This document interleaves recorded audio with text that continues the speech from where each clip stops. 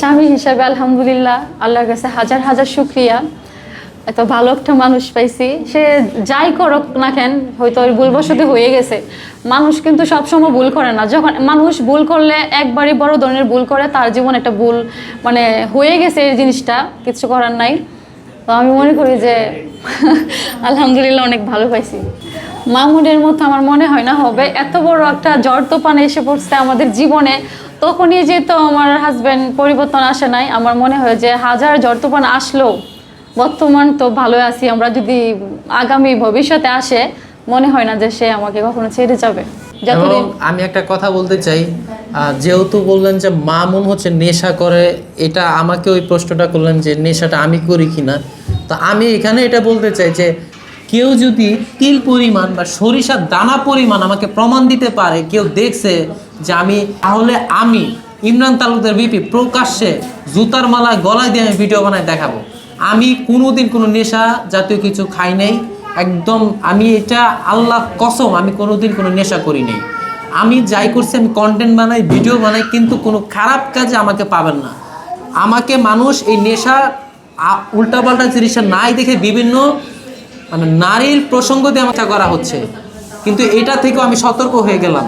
আলহামদুলিল্লাহ আমি সর্বোচ্চ বাংলাদেশ আইনকে সম্মান রেখে আমি চলার চেষ্টা করবো। এটা এআই যুক্ত, কে করছে জানি না, কিন্তু যেই করছে তার বিরুদ্ধে আমরা একটা করছি, অভিযোগ দিছি, থানায় একটা অভিযোগ দেওয়া হয়েছে। যারা এআই দিয়ে আমার হাজবেন্ডকে নিয়ে ভিডিও করতেছে তাদের বিরুদ্ধে আমি একটা অভিযোগ দিয়ে রাখছি। মানে নাম তো জানি না কারা করছে, একটা ও বা জিডি করে রাখছি।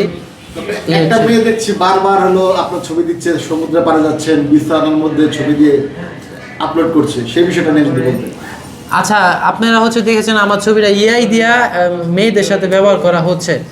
এখন এই ব্যাপারে বলতে চাই, এআই টেকনোলজিটা আসলে অনেক আগে হুজুররা বলতো এটা খুব খারাপ দিকে যাচ্ছে দিন দিন, এটা আসলে ভবিষ্যতে আরও খারাপ দিকে যাবে। তো বাংলাদেশ সরকারের কাছে এই মেসেজটা যাতে যায়, তো আমি এটা বলবো এই জিনিসটা বন্ধ করতে হবে, নাহলে এই এআই এর জন্য এই দেশকে অনেক ঝামেলায় পড়তে হবে। এই এআইটা যারা করছে, যারা এই গুজবগুলো ছড়ায়, এগুলো বন্ধ করতে হবে। এআই আবিষ্কার করা হয়েছিল ভালো দিক দিয়ে, কিন্তু বাংলাদেশে একমাত্র বাংলাদেশের মানুষ এটাকে খারাপভাবে ব্যবহার করতেছে, অন্য কোনো দেশে দেখি নেই। নেপাল গেছি, নেপালের মানুষ কত সভ্য, কত ভালো আচরণ করে, আর আমাদের দেশে মানুষ কারে কেমনে ক্ষতি করতে পারে, কারে কেমনে আঙ্গুল দিতে পারে, তারা হচ্ছে এই চেষ্টায় থাকে। তো আমাদের দেশের মানুষদের আগে সভ্য হইতে হবে। আরে ভাই কন্টেন্ট বানাই, কন্টেন্ট বানানো তোমরা তো বুঝো না আসলে একটা কন্টেন্ট কীভাবে সৃষ্টি করতে হয়, কীভাবে বানাইতে হয়। কন্টেন্ট একটা বানাইলেই ভাব আমরা খারাপ কিছু করতেছি। ভাই কন্টেন্টের আমরা একটা ভালো ভিডিও তৈরি করি, যেখানে আমি একটা মানুষকে ফ্রি মোশন টাইপের মানবিক কাজ করে টাকা দিলাম, ওই সব ভিডিও ভাইরাল হয় না, কিন্তু আমরা জামাইবো কি ভিডিও বানাইলাম ওইটা ভাইরাল হয়ে যায়। তোমরা দেখো এগুলা, তোমরা ভালো জিনিস দেখলে তো আমরা দেখাইতাম, তোমরা তো ওইগুলো, তোমাদের মাইন্ড সেট আপটা অন্যরকম হয়ে গেছে, খারাপ দিক চলে গেছে। এটা হচ্ছে মূল টপিক। যত ভালো ভিডিও দেয় তোমরা এগুলো দেখবা না, দেখবা হচ্ছে প্রিন্স মামুন কারে ছাড়লো, এই ব্যক্তি কি করলো, ওই ব্যক্তি কি করলো, তোমরা হচ্ছে এইসব নিয়ে থাকো, তোমরা তো ভালো জিনিস দেখো না। তোমাদের মাইন্ড সেট আপটা হয়ে গেছে হচ্ছে খারাপ দিকটা, মানে যেটা কে কি করলো এইগুলোই সবচেয়ে বেশি ভাইরাল হয়। ভালো ভিডিও কয়টা ভাইরাল হয় দেখেন, বর্তমানে ফেসবুকে কয়টা ভালো ভিডিও ভাইরাল হচ্ছে, নেগেটিভ ভিডিওগুলো সবাই দেখে। ওদের মাইন্ড সেট আপটা এরকম হয়ে গেছে। তো তোমাদের মাইন্ড সেট আপ যেমন, আমাদের মাইন্ড সেট আপ হচ্ছে ওই রকমই, তোমাদেরকে ওই জিনিসটা আমাদেরকে খাওয়াইতে হয়।